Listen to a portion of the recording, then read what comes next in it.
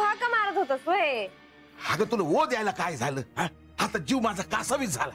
अरे त्यात एवढं काळजी करण्यासारखं काय आहे? मी आताच होते, तुझा आवाज ऐकला म्हणून दार उघडलं. बरं दार कशाला लावून घेतलं होतस?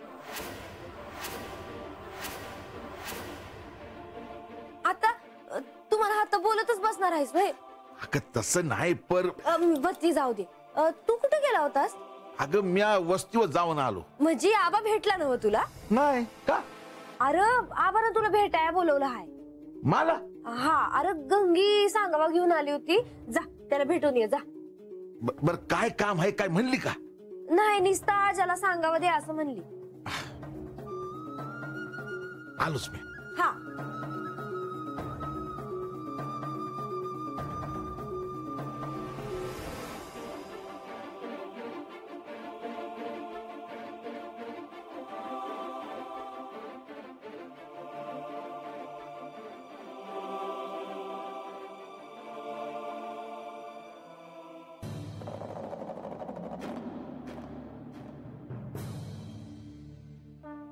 नारायण नारायण.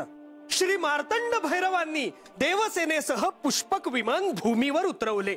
सारी देवसेना तिथे उतरली. मणिचूल पर्वताच्या पायथ्याशी उतरून ही देवसेना मल्हारपुराच्या दिशेने निघाली.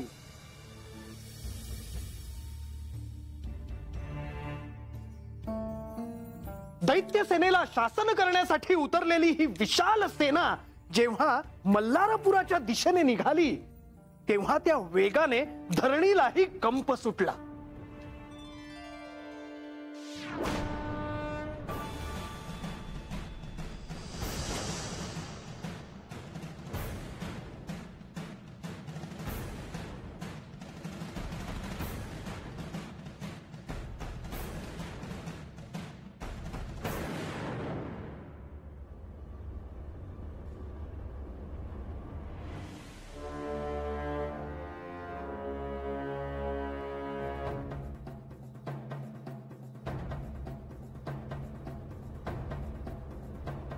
सैन्य पाहून दैत्यांनाही धडकीच भरणार होती. इतक्या विशाल अशा देवसेनेला सामावून घेण्यासाठी इतकी मोठी भूमी देखील आवश्यक होती. युद्धासाठी देवसेनेची छावणी. छावणी कसली, मोठे शिबिरच बांधण्यात आले आणि 7 कोटींचे सैन्य घेऊन श्री मार्तंड भैरव देवसेनेसाठी उभारलेल्या भव्य शिबिराकडे निघाले.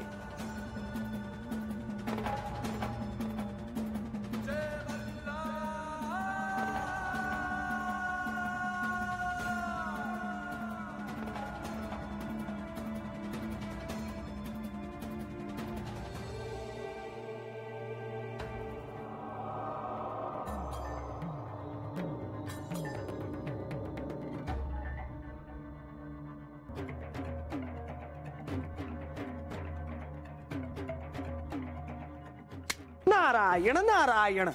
मल्लासुराचा अंत करण्यासाठी देवसेना येत आहे हे मल्लाला ठाऊक होते, परंतु ही देवसेना किती असेल, त्याचे स्वरूप काय असेल हे मात्र मल्लाला ठाऊक नव्हते. आणि त्यासाठीच मल्लासुराचे गुप्तहेर त्या ठिकाणी आले होते.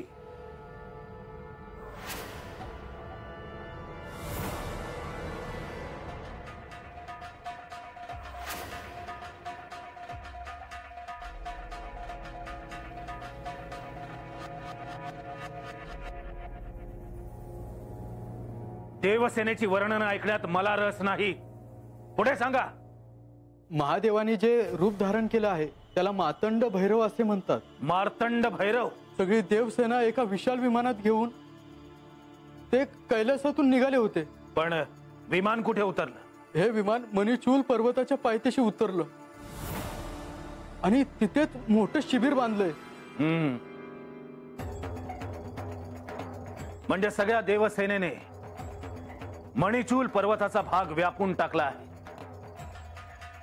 त्यांच्या दृष्टीने ते योग्यच आहे. तिथून त्यांना युद्धभूमीवर जायला सोपे होईल आणि सगळ्या सैनिकांना पाणी, अन्न, निवारा मिळत राहील. त्यांच्यासोबत पार्वती देवी देखील आहेत. त्या असणारच. मार्तंड भैरव युद्धात उतरतील तेव्हा त्यांच्यासोबत शक्ती होऊन त्याही उतरणार आहेत अशी चर्चा आहे. युद्धासाठी त्यांची व्यूहरचना काय आहे हे कळलं का? देवेंद्र युद्धाला सुरुवात करणार आहेत. इतके दिवस दास होता तो आमचा, आणि देवसेना एकत्र आली तर युद्धासाठी उभा राहिला देवेंद्र. आणखीन काही? मणिचूल पर्वताच्या सानिध्यात देव आणि त्यांच्या शक्ती एकवटलेत, त्यामुळे तेजाचा एक लोळ तिथे दिसतो. आणखी काही नाही. या तुम्ही.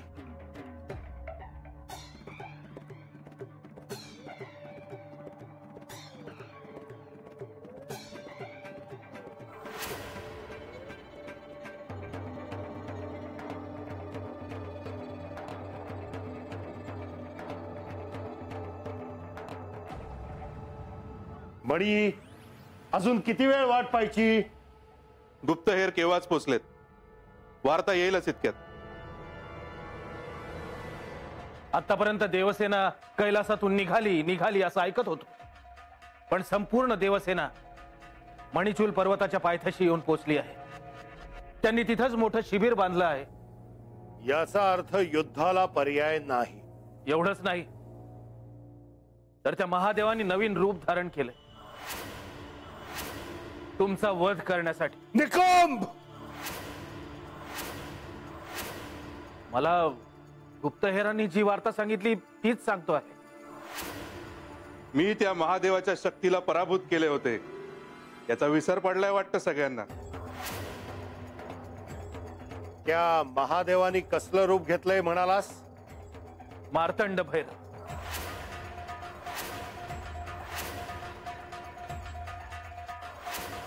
काय झालं पिताश्री? एवढा कसला विचार करता? विचार कसला नाही. निकुंभ, हे साम्राज्य मी दैत्य कुळासाठी उभारलंय. माझ्यानंतर याचा वारसदार तू आहेस. तुझ्यावर खूप मोठं दायित्व आहे. पण हे असं निर्वाणीचं का बोलता? निर्वाणीचं कुठं बोलतोय मी? तुमच्याकडे पाहून सर्व दैत्यांना बळ येत, आणि आता या महायुद्धात तुम्ही कसं नेतृत्व करता यावर आमचा भविष्यकाळ अवलंबून आहे.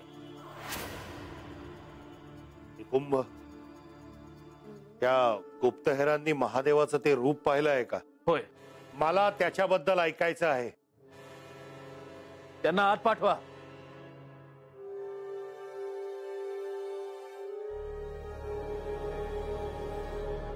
असुरराज मल्लासूर यांना मार्तंड भैरवाच्या रूपाचे वर्णन ऐकवा.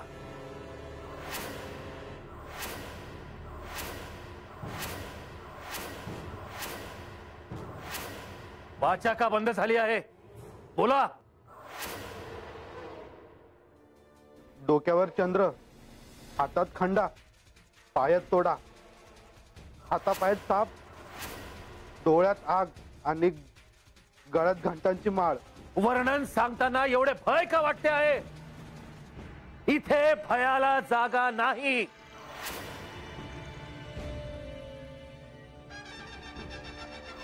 निकुंभ! नारायण नारायण. अहंकारीपणा तरी किती असावा बघा. आपल्या अहंकाराने उन्मत्त झालेल्या मल्लासुराने आपल्या हिताची वार्ता घेऊन आलेल्या आपल्या सेवकांनाही यमसदनास पाठवले.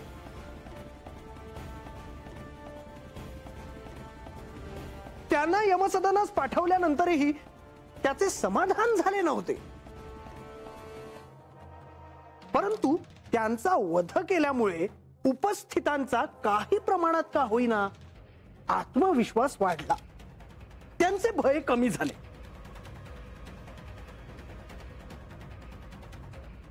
नारायण नारायण. असे जरी असले तरी या साऱ्यामुळे मल्लासूर काही प्रमाणात का होईना घाबरला होता. तो इतरांसमोर आपले भय दाखवत नव्हता इतकंच, परंतु एकांतात असताना मात्र त्याला भय वाटत होतेच.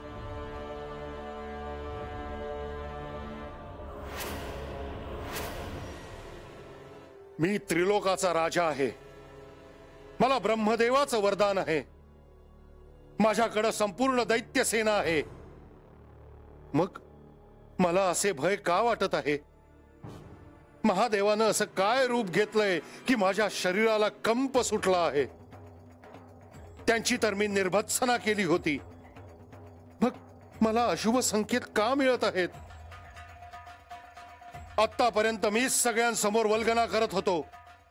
माझा आवेश पाहून सगळ्यांना धीर येत होता, पण आता मलाच भय वाटत आहे. असं जर कुणाला कळलं तर? नाही नाही, काहीही करून मला स्वतःला सावरायला पाहिजे.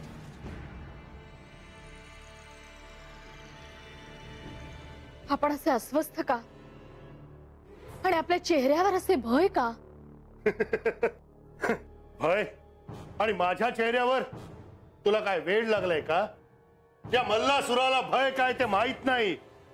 आपण माझ्याशी असत्य बोलाल, पण स्वतःला कसे फसवणार आहात? तू मर्यादा सोडती आहेस.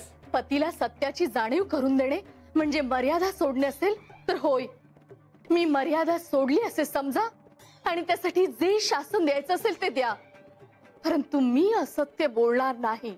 काय सांगायला आलीयस ते सांग आणि निघून जा माझ्या डोळ्यासमोरून.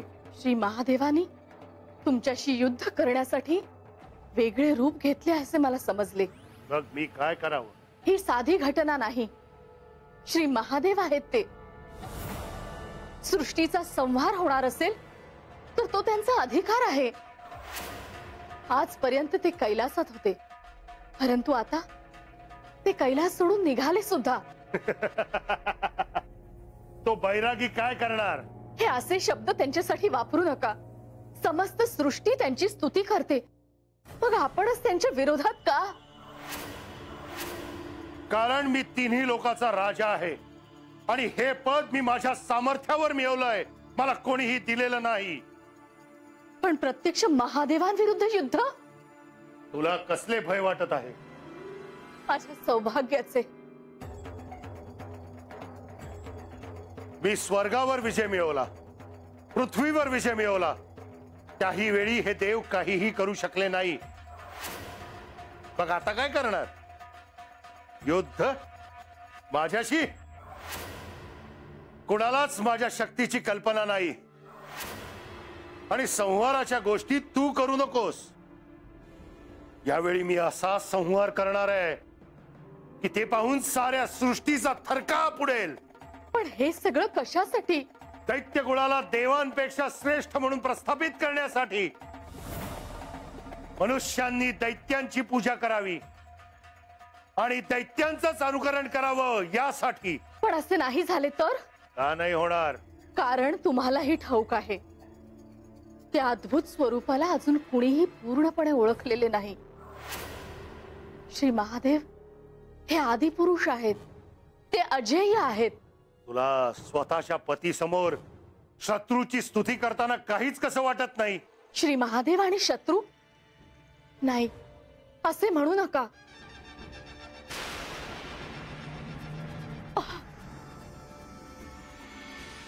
तुम्ही माझा गळा चिरून टाकलात तरीही मी हेच म्हणणार.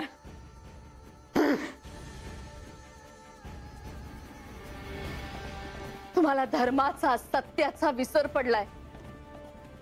तुम्ही असे नव्हतात. तुम्ही राज्याचे पालक होतात. त्यांच्या कल्याणासाठी तुम्ही सतत तत्पर असायचात. त्यांच्या सुखदुःखासाठी तुम्ही श्रम करायचात.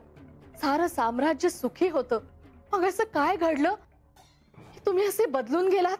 मी तोच आहे मल्लासूर, ज्याचा देवेंद्र ही सेवक आहे. चितेची राख अंगाला फासून स्मशानात बसणार आहे त्या बैराग्याचं भय तुम्हाला दाखवू नकोस आणि तूही भय बाळगू नकोस. स्वतःच्या पतीच्या शौर्यावर विश्वास ठेव. याचा अर्थ तुम्ही माझं म्हणणं ऐकणार नाही तर? नाही. तू पाहशीलच त्या महादेवाचा कसा पराभव करतो ते.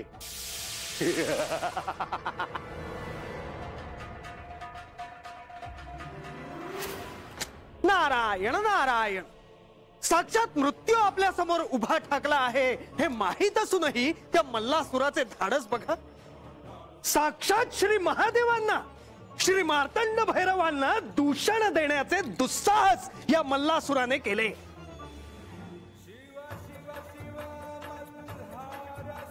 नारायण नारायण.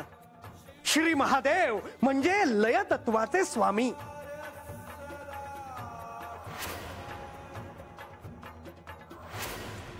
त्यांनी जर मनात आणले आणि त्यांचा तिसरा डोळा जर त्यांनी उघडला तर क्षणार्धात ते ही सृष्टी देखील भस्मसात करू शकतात. ते सांब सदाशिव आहेत आणि म्हणूनच त्यांच्या या शांत स्वभावाचा चुकीचा अर्थ मल्लासुराने घेतला आणि त्यांची निर्भत्सना करू लागला.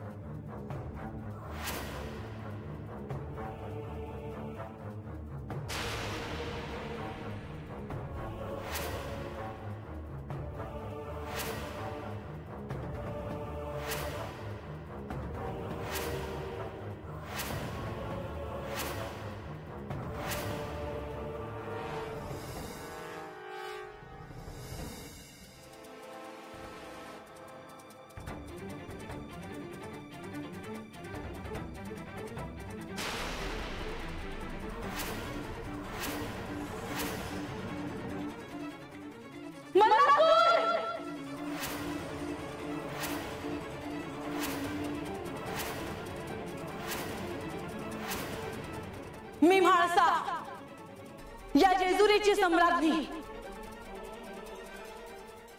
श्री खंडेरायांची पत्नी, तुला समोर येण्याची आज्ञा देते.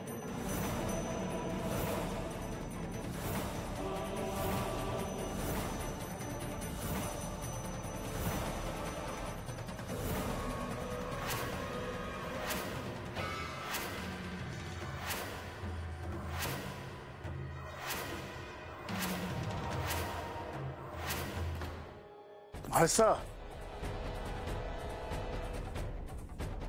आजवर अनेकदा आख्यानात तू श्री महादेवांची केलेली निर्बस्तना माझ्या कानावर आली होती. प्रत्येक वेळी ते ऐकताना माझा रागराग व्हायचा, पण मी स्वतःवर संयम ठेवला. म्हाळसा, मला काही ऐकायचं नाही.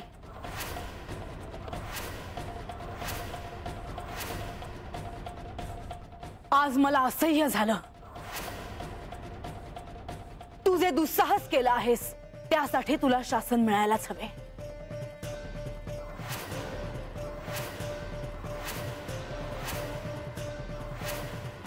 देवी, त्यावेळी माझ्या हातून जो घोर अपराध घडला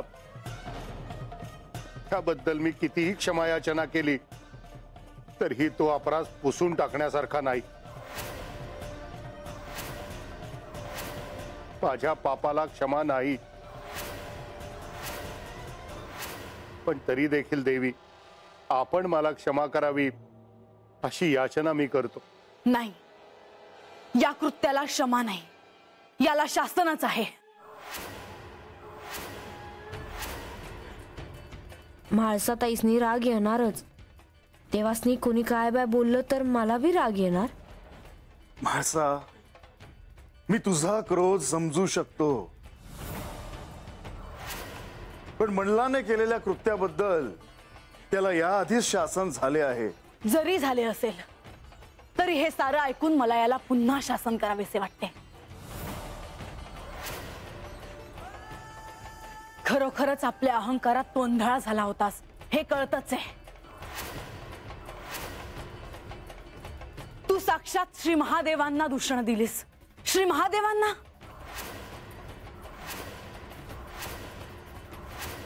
जे त्रिमूर्तींपैकी एक आहेत, या सृष्टीच्या लय तत्वाचे स्वामी आहेत ते. तुला त्यांना दूषण देण्याचे धाडस झालेच कसे?